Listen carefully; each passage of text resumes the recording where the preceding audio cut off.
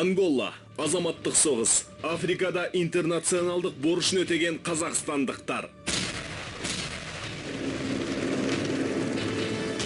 Құлағанда 12 оқалдықтың астынан өткен, осылай кесіп. Қарағұрлықтағы құпия миссия Кеңес одағы Анголадағы азаматтық соғысқа неліктен араласты? Партбилетімізді ЦК-ға тапсырып, самолетке отырып, Анголаға барасың СВАПа деген, ұлтаралық қозғалыстың жұмысына барасыңдар деген. Кеңес одағы Анголаға қандай қолдау көрсетті? Онда жіберілген әскерилерге қандай міндет жүктелді? Куда идем, никто ничего не знает. Капитализм мен социализм арасындағы текетірес, әлем алпауыттарының Африкадағы арпалысы, Ангола үшін шайқас. Ангола әлемдік саясаттағы бірнеше ірі елдің мүдделері тоғысты деп айтуға болады. Айтылмаған ақпарат, кеңес операциясының беймәлім беттері, алғаш арнай жобада, Африкада астыртын қызмет еткен Ангола ардагерлері.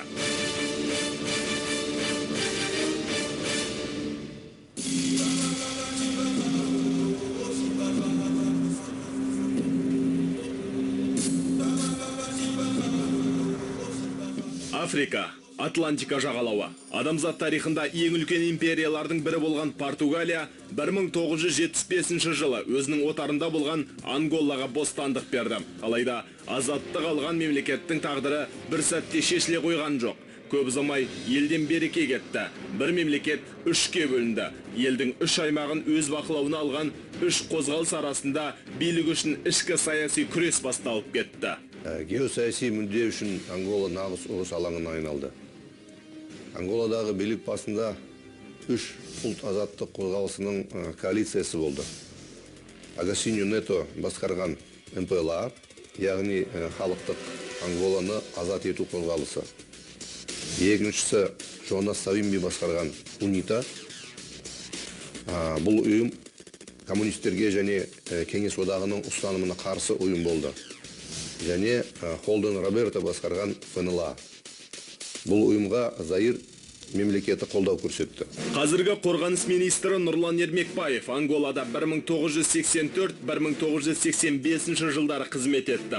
СВАПО деген ұйымның оқу жаттығу орталығында және негізінен авиа жасақта жұмыс істеді. Оның айтуынша 1975 жылдың 11 қарашасында Анголаны азат ету қозғалысының төрағасы Агостиньо Нето Ангола республикасының құрылған және оның астанасы Луанда екенін ресми түрде жария етті. Бірақ бұнымен елдегі жағдай қалыптарына түсе қоймаған.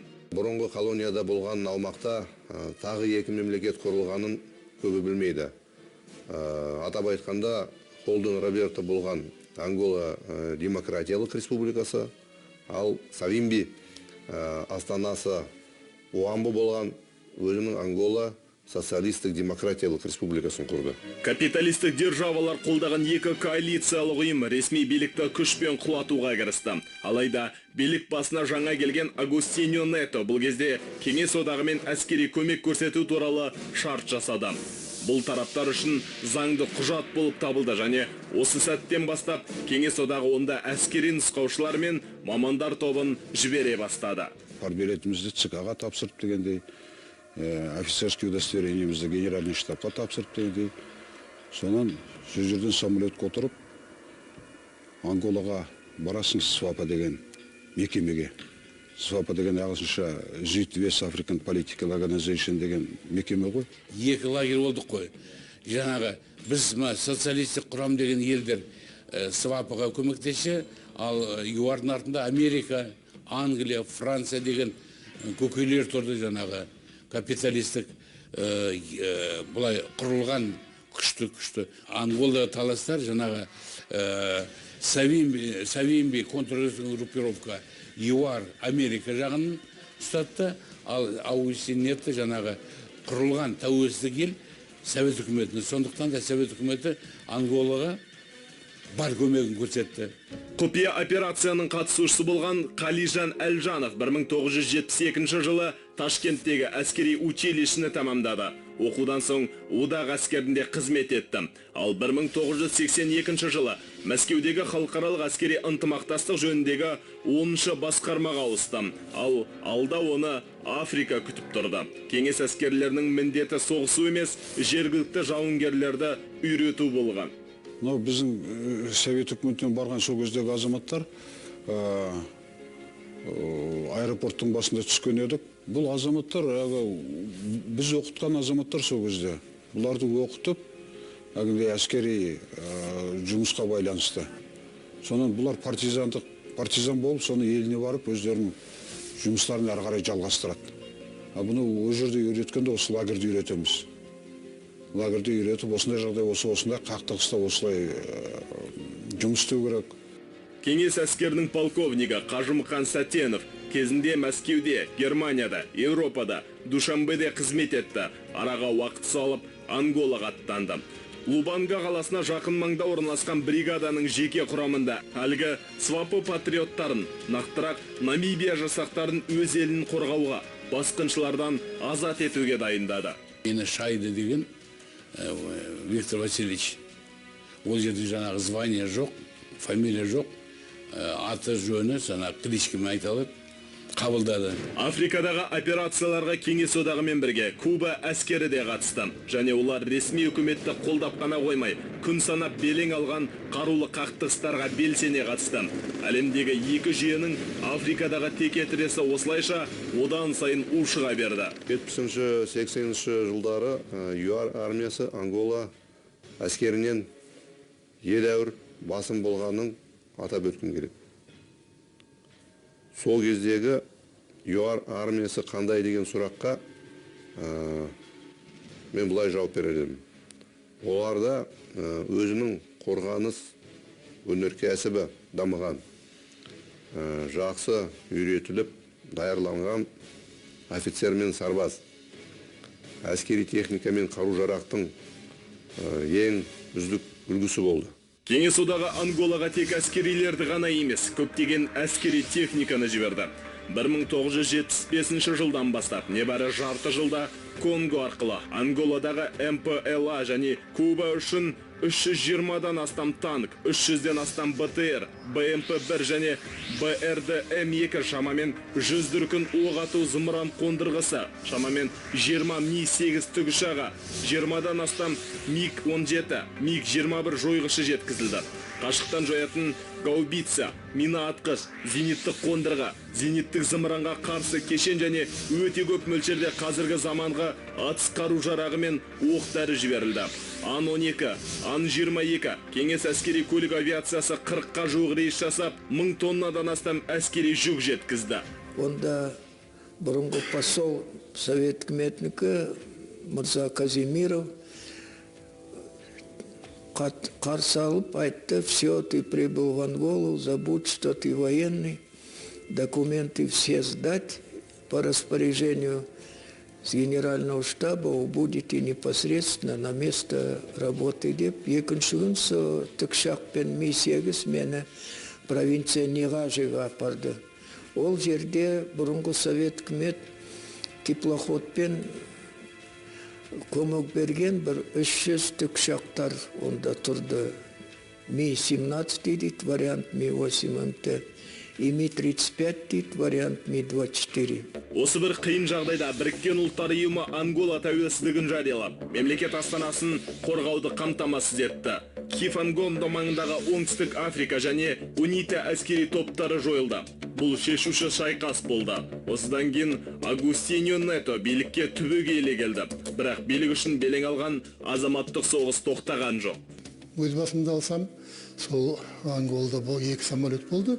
Олар ана МиГ-21 МФ дейді, разведчиктер күндіз түнде барлау істерімен аэрофотосъемкамен айналысалады. Мен сол аэрофотосъемкамен айналыстым. Бастапқы кезде Анголаның өздерінің ұшқыштары тапшы болды. Бірең-сараң 2-3 адам болды. Сондықтан самолеттердің көбінде летчиктердің бәрі Кубаның жігіттері болды. Ангола армиясы тәуелсіздік алғанға дейін өте әлсіз болды. Алайда олар тез өзгерді.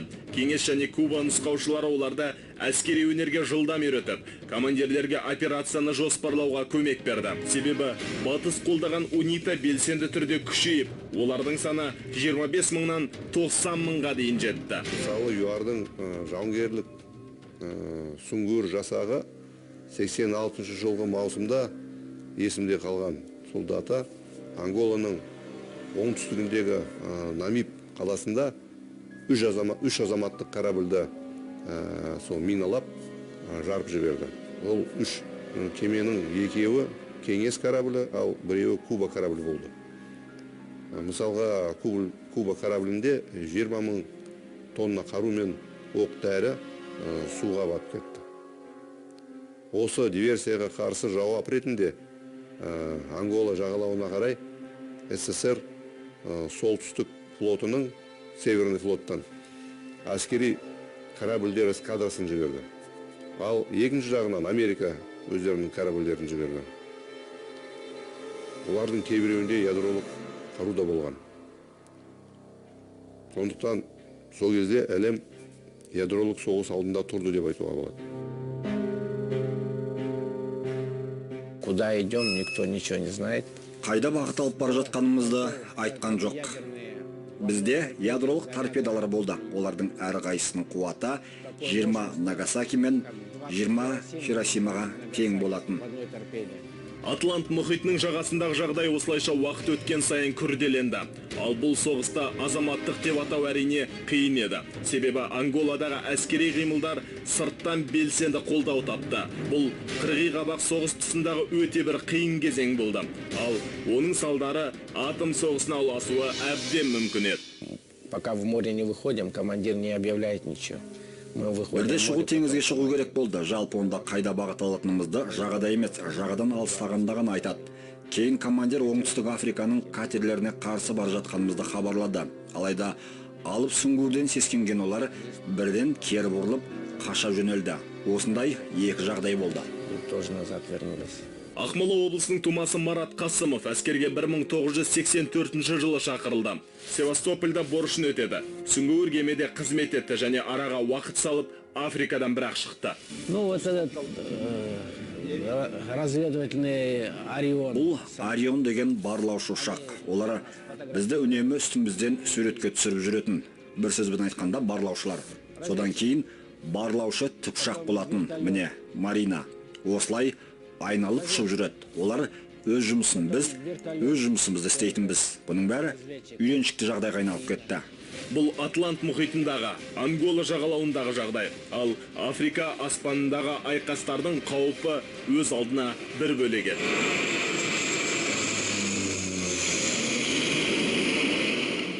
Стингер деген, кактус деген ракеталар мен самолеттарды атады.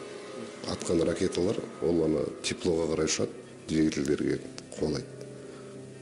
Менің міндетім сол жаңағы атылған ракетаны командирге доложить етіп отыру.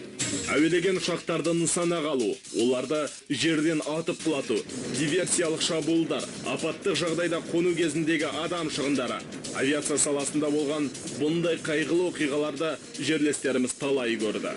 Авариялық жағдайда қонуға мәжбүр болатынбыз.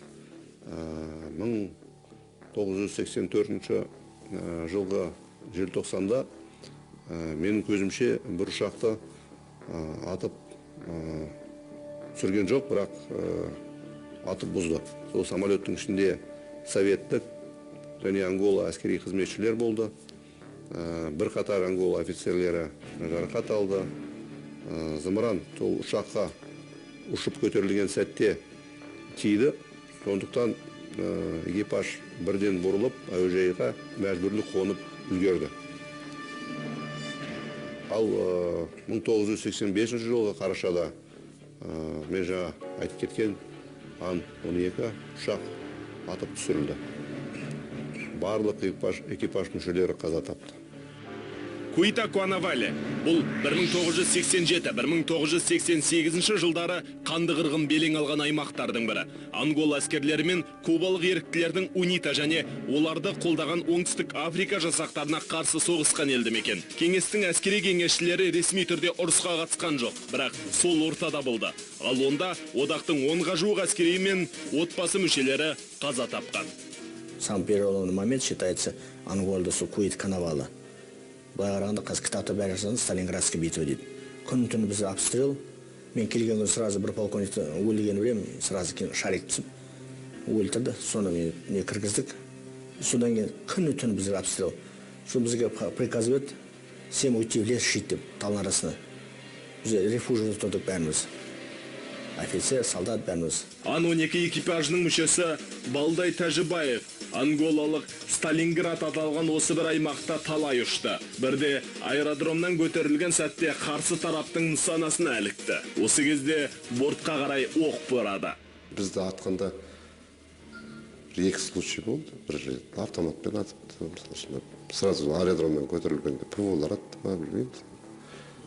Әйтеуір қонғанымызда 18-19 тесікті самолет. Өзіңіз білген самолет? Иә. Ал енді жаңағы Куита Канавали дейді, сол мен оны деген екі қатты соғыс жүріп жатқан жерге барамыз. Ол жерге барған кезде ол жерде Кубаның әскері жаңағы біздің Ауғанстандағындай войскамен отыр. Солардың летчиктері, истребительдермен біз сопровождать етеді. Біз вертикально аэродромнан ұшқан бетте спиральмен көтерілеміз 9000 метрге дейін. Дәл осы кезеңде УНИТАны басқарған Жонас Савимбидің өтініші бойынша Оңтүстік Африканың белсенділігі артты. 80-ші жылдар ортасына қарай олар Ангола аумағына басып кіру бойынша бірқатар диверсиялық операцияны жүзеге асырды. Олар партизан соғысының тактикасын қолданды. Мысалы, сол кезде Ди-40, Ди-40 деген жоба болды. Олар басымды назар мен іс-әрекеттер жолды, электрик желісін миналауға және авиацияны атқылауға аударды. Олардың мақсаты Ангола аумағында көлік қатынасын бұзу болды. Сонымен саны 4-5 адам болатын ЮАР арнайы мақсаттағы шағын диверсиялық командасы диверсиялық шабуыл жасау үшін Анголаның ішіне қарай жиі жіберілетін.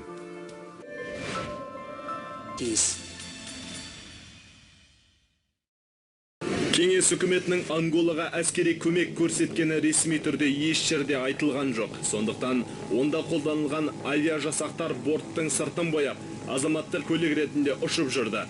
Тікұшақтарға да талай шабуыл жасалды, атқыланды. Свапо ұйымында қызмет еткен Қажымұқан Сәтенов те осындай бір оқиғадан аман қалды.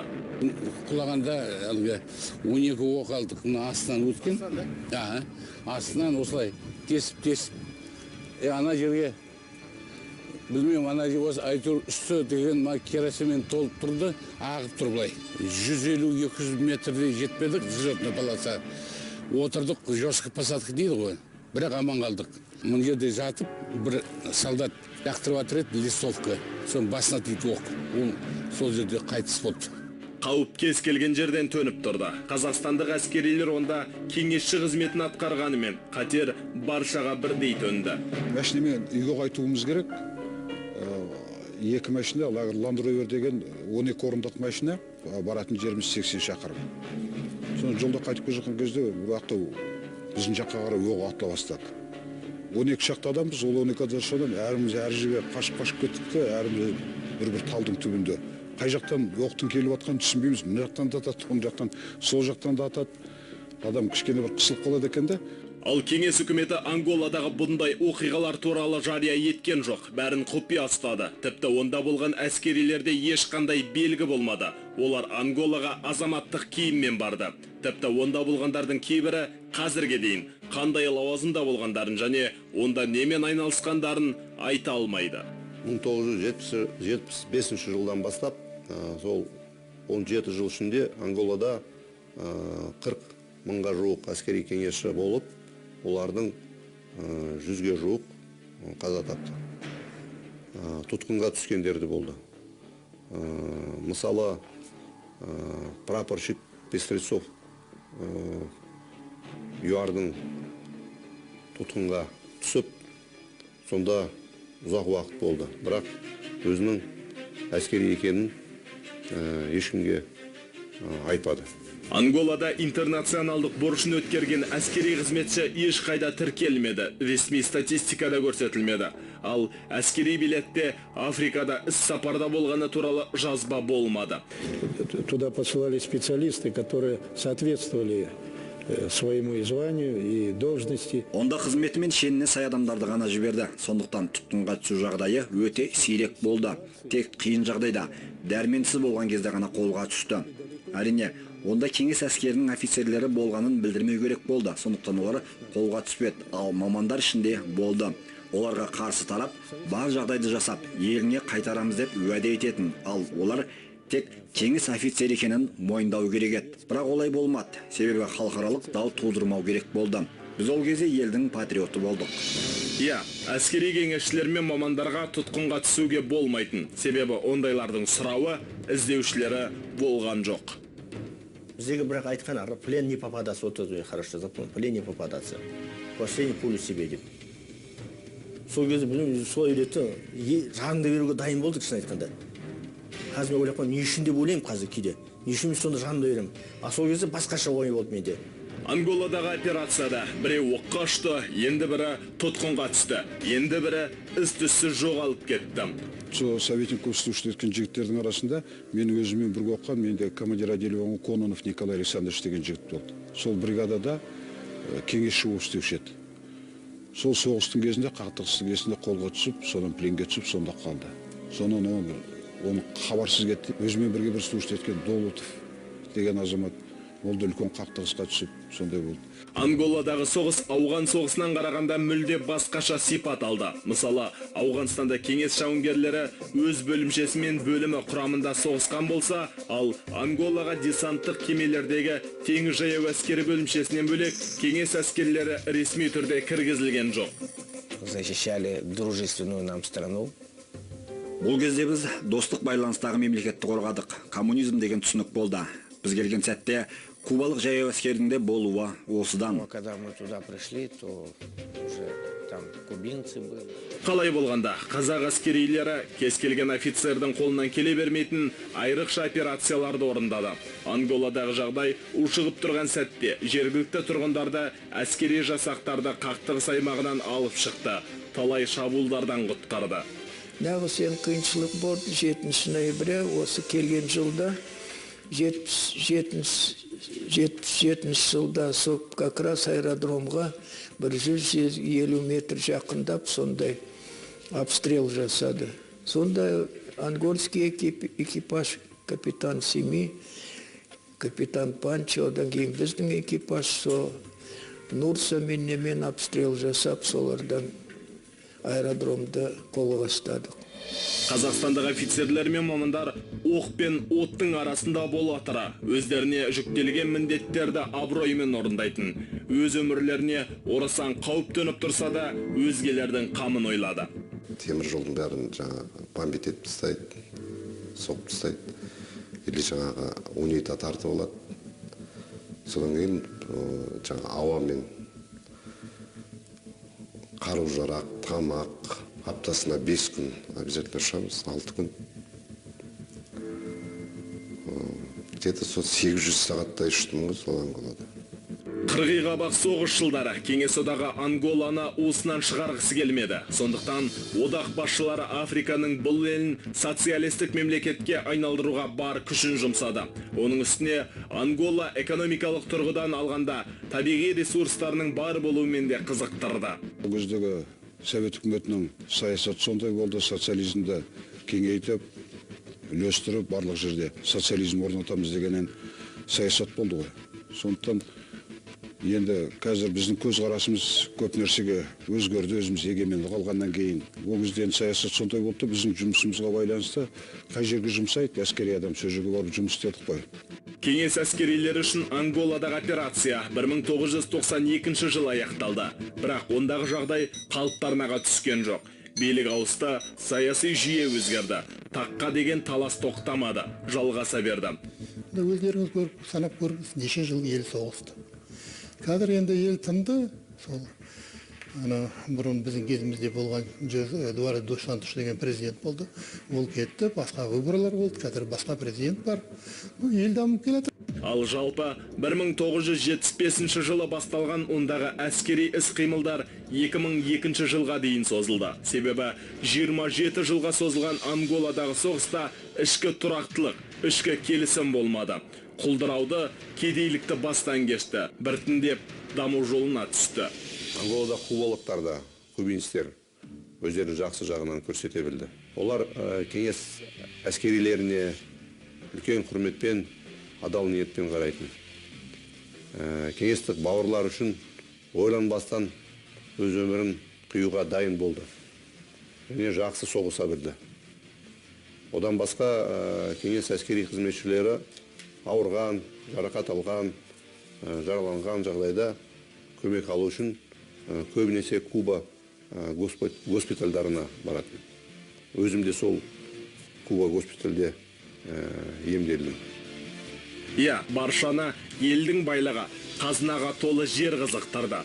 Ал сыртқы күштер елдегі алауыздықты өз мүдделер үшін пайдаланды. Осының салдарынан болған соғыста қаншама адам шығыны болды. Мен тапсырмам жаңағы тәуелсіздік алам деп жатқан халықтың жауынгерлеріне көмектесу. Мен бөтен ой болған жоқ. Таудың бөктерінде жүрсен, таудың қаншама биіктігін білмейсің. Ал бұлай алысқа барып қарасан, қай тау қайдан тау биік екені сонда көзің жетеді. Вот бұл да сол заманда, сол кезде біз оны сараптауға уақытымызда болған жоқ. Алайда Африкадағы интернационалдық миссия туралы ұзақ уақыт бойы ашық айтылған жоқ. Себебі социалистік саясат астыртын жүрді, құпия жүзеге асырылды. Сол көп айтады, Афганистанда айтылады қазіргі кезде. Ол официальный кірді. 40-й армия кірді. А біздер не официальный. Біздер жайлы вообще айтылмайды негізінде. Біздерде соғыс қой, сол соғыс. Бірақ біздер жайлы айтылмайды. Неге айтылмайды, мен ояғы білемін. Кеңес үкіметінің ауған жеріне әскер енгізгенін көпшілік біледі. Алайда сол кездері Қазақстан мен басқа да республиканың жауынгерлері интернационалдық борышын орындау үшін Вьетнам, Камбоджа, Таяу Шығыс, Сирия, Ливия, Египет, Эфиопия, Судан, Мозамбик, Замбия, Никарагуа, Кубада және өзге де елдерде қызмет өткергенінен халық бейхабар болды. Осындай жергілікті соғыстарда жүздеген кеңес офицерлер мен прапорщиктердің қаза тапқаны ешқайда жарияланбады. Совет үкіметі сол 1918 жылдан бастап, осы бұлай 90 жылда алғанның өзінде 70 шақты елдерде әртүрлі, енді қазір оны локальный деп жатыр ғой, локальный войны дейді, локальный конфликт дейді, соларға қатысқан, енді солардың біреуі біздер болдық. Африкадағы арнайы операция туралы алғаш айтқан ардагерлердің пікірінше, ең маңызды нәтиже ішкі саясат.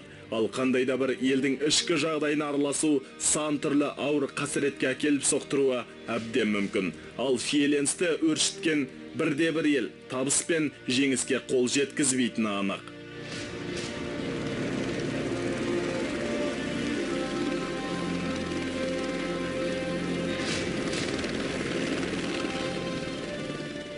Табиғи байлығы мол мемлекет өз дамуында артта қалды. Бұның бәрі соғыстың, тұрақсыздықтың қасіреті, тұрақсыздықтың нәтижесі. Бейбітшілік, тұрақтылық аса маңызды, қастерлі ұғым. Оны жоғалту оңай. Бірақ кейін оны қалпына келтіру үшін өте көп уақыт, көп іс-әрекет керек. Сондықтан да біз бұны бағалай білуге тиіспіз.